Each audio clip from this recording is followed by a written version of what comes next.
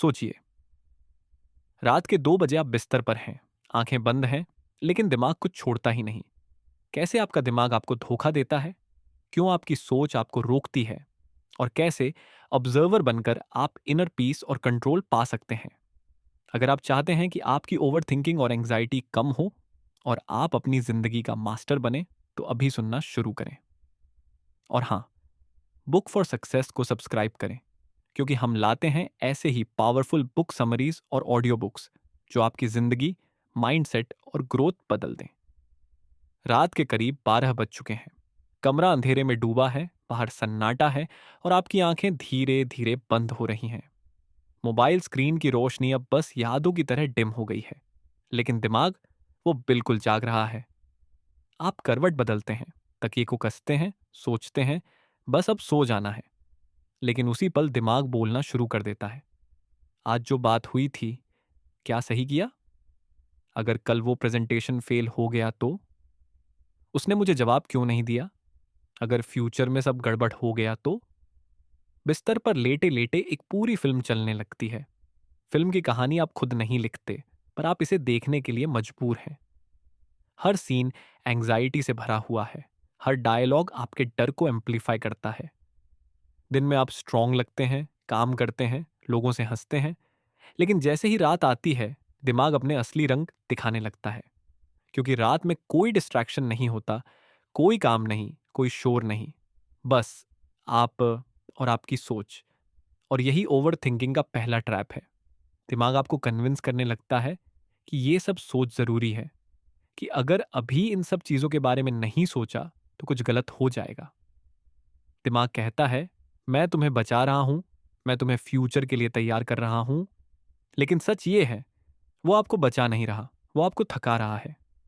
जितना ज्यादा आप सोच को रोकने की कोशिश करते हैं, उतना ज्यादा दिमाग तेज सोचने लगता है। मत सोचो। और वही सोच और तेज होती जाती है। यहीं पर ज्यादातर लोग फंस जाते हैं। वो मान लेते हैं कि ये सोच सच है, कि जो दिमाग बोल रहा है वही रियलिटी है। लेकिन क्या आपने कभी खुद से ये सवाल किया है, क्या हर सोच सच होती है? रात का दिमाग डर, अनिश्चितता और अकेलेपन से चलता है, और यही डर ओवर थिंकिंग को जन्म देता है। लेकिन याद रखिए, आप कमजोर नहीं हैं, आप टूटे नहीं हैं। आप बस अपनी सोच को बिना सवाल किए सुन रहे हैं। और यही इस ऑडियो बुक की शुरुआत है। क्योंकि जब तक आप ये समझते रहेंगे कि दिमाग की हर आवाज जरूरी है, शांति दूर ही रहेगी। आगे हम देखेंगे ये आवाज आती कहां से है, ये इतनी सच्ची क्यों लगती है, और सबसे जरूरी इससे कैसे आजाद हुआ जा सकता है। लेकिन अभी के लिए बस इतना याद रखिए, अगर रात को आपका दिमाग आपको सोने नहीं देता, तो इसका मतलब ये नहीं कि आपकी जिंदगी में कोई बड़ी प्रॉब्लम है। शायद आप बस अपनी सोच पर जरूरत से ज्यादा भरोसा कर रहे हैं। सुबह की पहली किरण कमरे में घुस रही है। आप उठते हैं, पर दिमाग पहले से ही दौड़ रहा है। आज ट्रैफिक जाम होगा, फिर बॉस गुस्सा करेगा, ईमेल मिस हो गया तो क्या होगा। हर छोटी छोटी चीज की वर्स्ट केस सिनारियो फिल्म आपके दिमाग में चल रही है, और आप मान लेते हैं कि यही रियलिस्टिक सोच है। आपको लगता है, अगर मैं अभी सोच लूं तो मैं तैयार रहूंगा। लेकिन धीरे धीरे यही सोच आदत बन जाती है। दिन प्रतिदिन हर डिसीजन, हर कॉन्वर्जेशन, हर इंटरैक्शन के पीछे ये इनविजिबल हैबिट चल रही होती है। किसी ने कहा था, ओवर थिंकिंग सिर्फ डर का नतीजा है। लेकिन अब ये डर सिर्फ मोमेंटरी नहीं है, ये लाइफस्टाइल बन गया है। आपको पता भी नहीं चलता कि कितनी बार आपने अपने दिन की शुरुआत सिर्फ वर्स्ट केस सिनारियो सोच कर दी। आप ऑटोमेटिकली नेगेटिव आउटकम्स सोचते हैं, बिना सोचे कि रियलिटी शायद बिल्कुल अलग हो। काम पर जाते हैं, कोई छोटे मिस्टेक्स कर देता है, और दिमाग तुरंत रिप्ले शुरू कर देता है। मैंने सही जवाब नहीं दिया, क्या लोग मुझे जज कर रहे हैं? अगर क्लाइंट नाखुश हो गया तो? आप खुद को बार बार स्ट्रेस में डालते हैं, और धीरे धीरे ये सोच आइडेंटिटी का हिस्सा बन जाती है। मगर कहानी में ट्विस्ट ये है, आपके दिमाग की ये आदत आपकी नहीं है। ये सिर्फ पैटर्न्स हैं, न्यूरल पाथवेज, जो रोज कहीं बार बार एक्टिवेट होते हैं। आप खुद सोचने लगते हो कि ये आपका नेचर है, लेकिन असल में ये सिर्फ एक प्रोग्रामिंग है, जिसे आप अनजाने में हर दिन रिपीट कर रहे हो। और यही आदत बन चुकी सोच आपकी एनर्जी चुराती है, आपकी कॉन्फिडेंस को धीरे धीरे खोखला कर देती है और आपके रिलेशनशिप्स और डिसीजन मेकिंग को साइलेंटली अफेक्ट करती है। आप नोटिस करते हो कि आप रिएक्शन नहीं कर रहे, बल्कि ऑटो पायलट पर काम कर रहे हो। लेकिन आश्चर्य यह है कि यह हैबिट ब्रेक करना पॉसिबल है। जब आप पहली बार समझते हैं कि यह सोच आपकी नहीं बल्कि केवल पैटर्न है, तो फ्रीडम का पहला छोटा झोंका महसूस होता है। ये वो पहला मोमेंट होता है जब आप कह सकते हैं, मैं अपने दिमाग का ऑब्जर्वर हूं, मैं इसे फॉलो नहीं कर रहा। आज भी कई लोग ये नहीं जानते कि उनके अंदर जो ऑटोमेटिक वर्स्ट केस थिंकिंग चल रही है, वो रियलिटी नहीं, सिर्फ हैबिट है। और यही समझना ऑडियो बुक का पहला बड़ा टर्निंग पॉइंट है। इस पार्ट में हमने देखा कि आपकी सोच आपके कंट्रोल में नहीं होती, ये बस आदत बन चुकी होती है। आगे हम जानेंगे कि ये ओवर थिंकिंग आपको बचाने नहीं, रोकने आती है, और ये क्यों सबसे खतरनाक ट्रैप बन जाती है। दोपहर का समय है, आप मीटिंग में बैठे हैं, लैपटॉप स्क्रीन पर स्प्रेडशीट्स और ईमेल्स देखते हुए, लेकिन दिमाग कहीं और है। अगर मैंने गलती की तो क्या होगा? अगर मैंने सही डिसीजन नहीं लिया तो? आप नोटिस करते हैं कि ये सोच सिर्फ रैंडम नहीं है, ये आपका इंटरनल अलार्म सिस्टम है, जो डर दिखाकर आपको सेफ रखने का नाटक कर रहा है। दिमाग विस्पर करता है, अगर मैं ध्यान दूं तो कोई मिस्टेक नहीं होगी। लेकिन धीरे धीरे वही विस्पर आपकी एक्शन टेकिंग की कैपेसिटी को रोकने लगती है। हर छोटी इनिशिएटिव, हर नया स्टेप आप सोचते हुए रुक जाते हैं। आप लाइफ की पॉसिबिलिटीज को ऑब्जर्व तो करते हैं, पार्टिसिपेट नहीं करते। सोचिए, एक लड़की ऑफिस में प्रमोशन के लिए इंटरव्यू की तैयारी कर रही है। हर स्टेप पर उसका दिमाग कहता है, अगर क्वेश्चन टफ आया तो एम्बैरेसमेंट होगा, अगर बॉस नेगेटिव रिएक्शन देगा तो। धीरे धीरे डर इतना बढ़ जाता है कि वह इंटरव्यू तक अटेंड नहीं करती। दिमाग कह रहा है बचाव के लिए, लेकिन सच ये है, उसने अपने ग्रोथ के मौके ही खो दिए। ये ओवर थिंकिंग की सबसे बड़ी चाल है। ये आपको सेफ फील कराता है, कंट्रोल देने का इल्यूजन देता है, लेकिन असली इफेक्ट, आप धीरे धीरे लाइफ जीना छोड़ देते हो। रिस्क लेना, नए कनेक्शंस बनाना, अपॉर्चुनिटीज ग्रैब करना, सब पीछे छूट जाते हैं। दिन प्रतिदिन यही पैटर्न रिपीट होता है। ऑफिस, रिलेशनशिप्स, हेल्थ, हर एरिया में। आप खुद को देखो, एक्टिव तो हो, लेकिन सिर्फ रिएक्शन मोड में। कभी कभी लगता है जैसे आप थक गए हैं, स्टक हो गए हैं, लेकिन कारण आपका इंटरनल फियर सिस्टम है, जिसे दिमाग सेफ्टी का नाम देता है। और यही सबसे बड़ी ट्रिक है। आपको लगता है कि दिमाग आपका दोस्त है, वो आपको बचा रहा है, लेकिन असल में वो आपका ग्रोथ और हैप्पीनेस रोक रहा है। एक आदमी डेली वर्कआउट मिस करता है। वो सोचता है, आज टायर्ड हूं, इंजरी हो गई तो क्या होगा। ओवर थिंकिंग ने उसे एक्शन से रोक दिया, और वो धीरे धीरे हेल्थ और एनर्जी दोनों खोने लगता है। लेकिन ऑडियो बुक में आगे हम इसे समझेंगे, ये इंटरनल अलार्म क्यों इतना ओवर एक्टिव हो जाता है, और सबसे महत्वपूर्ण, इस ट्रैप से बाहर निकलना पॉसिबल है।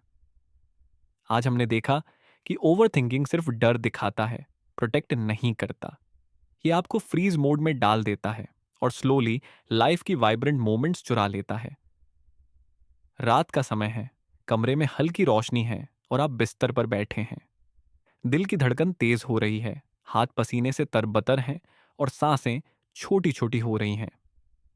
आपको महसूस होता है कि शरीर अलर्ट है, रेडी है, लेकिन कोई बाहर की समस्या नहीं है। कमरा शांत है, फोन साइलेंट है, कोई प्रेसिंग टास्क नहीं, फिर भी आपका बॉडी अलार्म बज रहा है। यही है एंजाइटी का असली सच। ये सिर्फ फिजिकल रिएक्शन नहीं है, ये एक अंदर की लड़ाई है। आपके दिमाग की उन सोचों का परिणाम जो आपने दिन भर कलेक्ट किया है, जो आपकी आदत बन गई है। अगर ये हुआ तो क्या होगा? अगर मैं फेल हो गया तो? अगर लोग जज करें तो? ये सब सवाल आपके भीतर एको करते रहते हैं और बॉडी रिएक्ट करती है। एक वर्किंग वुमन ऑफिस से लौटती है। घर पहुंचते ही उसे लगता है कि आज उसने कोई गलती की होगी। सोचता है, क्या मैंने बॉस के लिए रिपोर्ट ठीक से भेजा? ये इंटरनल डायलॉग इतना तेज है कि दिल धड़कता है, हाथ पसीने से तरबतर हैं और नींद दूर है। लेकिन सच में कोई बाहर की थ्रेट नहीं है, कोई डेंजर नहीं है, सारा डर आपके अंदर चलता है। एंग्जाइटी आपको कन्विंस करती है कि आप अनसेफ हैं, जबकि अनसेफ तो सिर्फ आपके सोच के पैटर्न्स हैं। इसीलिए लोग अक्सर मेडिकेशंस या डिस्ट्रैक्शंस की तरफ भागते हैं।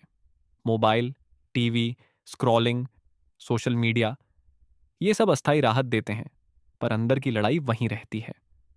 एक लड़के की रूटीन लाइफ हर दिन रिपीट हो रही थी। Office stress, exams, family expectations, हर सिचुएशन उसे एंग्जायटी में डाल रही थी। वो हर दिन एक्सहैस्ट हो जाता, लेकिन असली कारण उसको नहीं पता। वो सोचता, मैं वीक हूं, मैं नर्वस हूं, लेकिन असली सच ये था कि उसका माइंड पैटर्न, उसका हैबिट उसके बॉडी को अलार्म दे रहा था। और यही ऑडियो बुक का बड़ा पॉइंट है। एंग्जाइटी कोई वीकनेस नहीं है। एंग्जाइटी कोई बाहरी चीज नहीं है। ये सिर्फ इंटरनल प्रोसेसेस का सिम्टम है। जब आप इसे समझ लेते हैं, तभी पहला स्टेप उठता है, ऑब्जर्वर बनना। ऑब्जर्वर बनने का मतलब है कि आप देखते हैं कि बॉडी और माइंड क्या कर रहे हैं, बिना खुद को जज किए। और तभी आप धीरे धीरे कंट्रोल वापस लेने लगते हैं।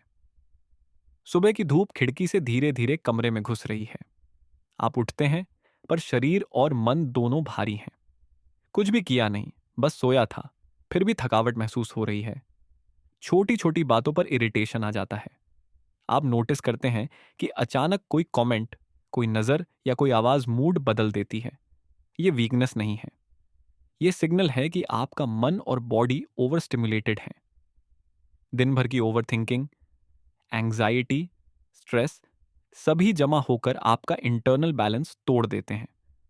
और यही इंटरनल इम्बैलेंस दिखता है मूड स्विंग्स के रूप में। एक वर्किंग वुमन ऑफिस में प्रेजेंटेशन कर रही है। अचानक लैपटॉप हैंग हो जाता है। वो तुरंत गुस्सा हो जाती है, हाथ पैर झटकती है और खुद से कहती है, क्यों मुझे हर बार यही होता है। दिन भर की मेंटल फटीग और ओवर थिंकिंग ने उसके मूड को फ्रैजाइल बना दिया। और ये केवल प्रोफेशनल लाइफ में नहीं होता, घर पर भी छोटे छोटे ट्रिगर्स बड़ी इमोशनल रिएक्शंस ला देते हैं। बच्चे का शोर, पार्टनर की कमेंट, ट्रैफिक में देर, सब मूड स्विंग्स को ट्रिगर करते हैं। लेकिन कहानी में ट्विस्ट ये है, ये मूड स्विंग्स आपकी असली सेल्फ नहीं है। ये सिग्नल्स हैं, आपके अंदर चल रहे स्ट्रेस, एंग्जाइटी और ओवर थिंकिंग का परिणाम है। जब आप समझते हैं कि मूड स्विंग्स सिर्फ फीडबैक हैं, तो आप इनको बिना जजमेंट के ऑब्जर्व कर सकते हैं। एक लड़के की रूटीन लाइफ में अचानक इमोशनल कलैप्स आ गया। कभी भी इरिटेट होने, कभी भी गिल्ट फील करने लगे। पहले वो खुद को वीक समझता था, लेकिन धीरे धीरे उसने समझा कि ये वीकनेस नहीं, ये माइंड बॉडी सिस्टम की अलर्टनेस है जो सिग्नल्स भेज रहा है। तुम थके हुए हो, बैलेंस रिस्टोर करो। आपके मूड स्विंग्स और थका हुआ मन का कारण आउटसाइड नहीं, अंदर की प्रोसेसेस हैं। जब आप ऑब्जर्वर बनते हैं, जब आप समझते हैं कि ये आपकी थिंकिंग हैबिट्स, एंग्जाइटी और पास्ट पैटर्न से जुड़ा है, तब कंट्रोल वापस लेने का पहला स्टेप शुरू होता है। सड़क पर खड़े हैं, बारिश की हल्की बूंदें गिर रही हैं और आप अम्ब्रेला पकड़ते हुए सोच रहे हैं, अगर आज बारिश ज्यादा हुई तो मैं ऑफिस लेट पहुंच जाऊंगा और बॉस नाराज हो जाएगा, क्योंकि मुझे हमेशा लगता है कि मैं किसी चीज में फेल हो सकता हूं। ये सोच आपको सच लगती है, जैसे ये सिनारियो रियल है और अगर आपने एक्शन नहीं लिया तो डिजास्टर होने वाला है। लेकिन असली रियलिटी अक्सर बिल्कुल अलग होती है। बारिश होती है, आप समय पर पहुंच जाते हैं और बॉस खुश रहते हैं। यही दिमाग का झूठा खेल है। ओवर थिंकिंग और एंग्जाइटी इसे इतनी कन्विंसिंग तरीके से पेश करते हैं कि आप सच मान लेते हैं। जो आप सोच रहे हैं वही रियलिटी है। और यही इल्यूजन आपको स्ट्रेस और टेंशन में डाल देता है। एक लड़की सोशल मीडिया पर अपने पोस्ट को बार बार चेक करती है। अगर किसी ने कमेंट नहीं किया तो क्या लोग मुझे पसंद नहीं करते?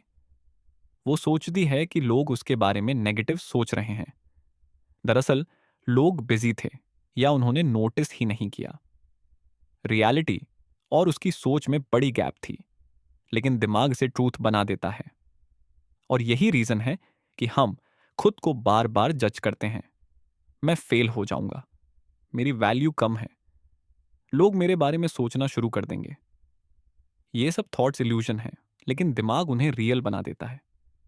एक आदमी एग्जाम की तैयारी कर रहा था। हर दिन सोचता, अगर मैं फेल हुआ तो करियर खत्म हो जाएगा। रिजल्ट आया, पास कर गया, तो उसकी सारी ओवर थिंकिंग बहस वेस्ट हुई। फिर भी उस दिन उसका दिमाग विश्वास दिलाता रहा कि वो फेलियर वाला सिनारियो सच था। जो आप सोचते हैं वो हमेशा सच नहीं होता।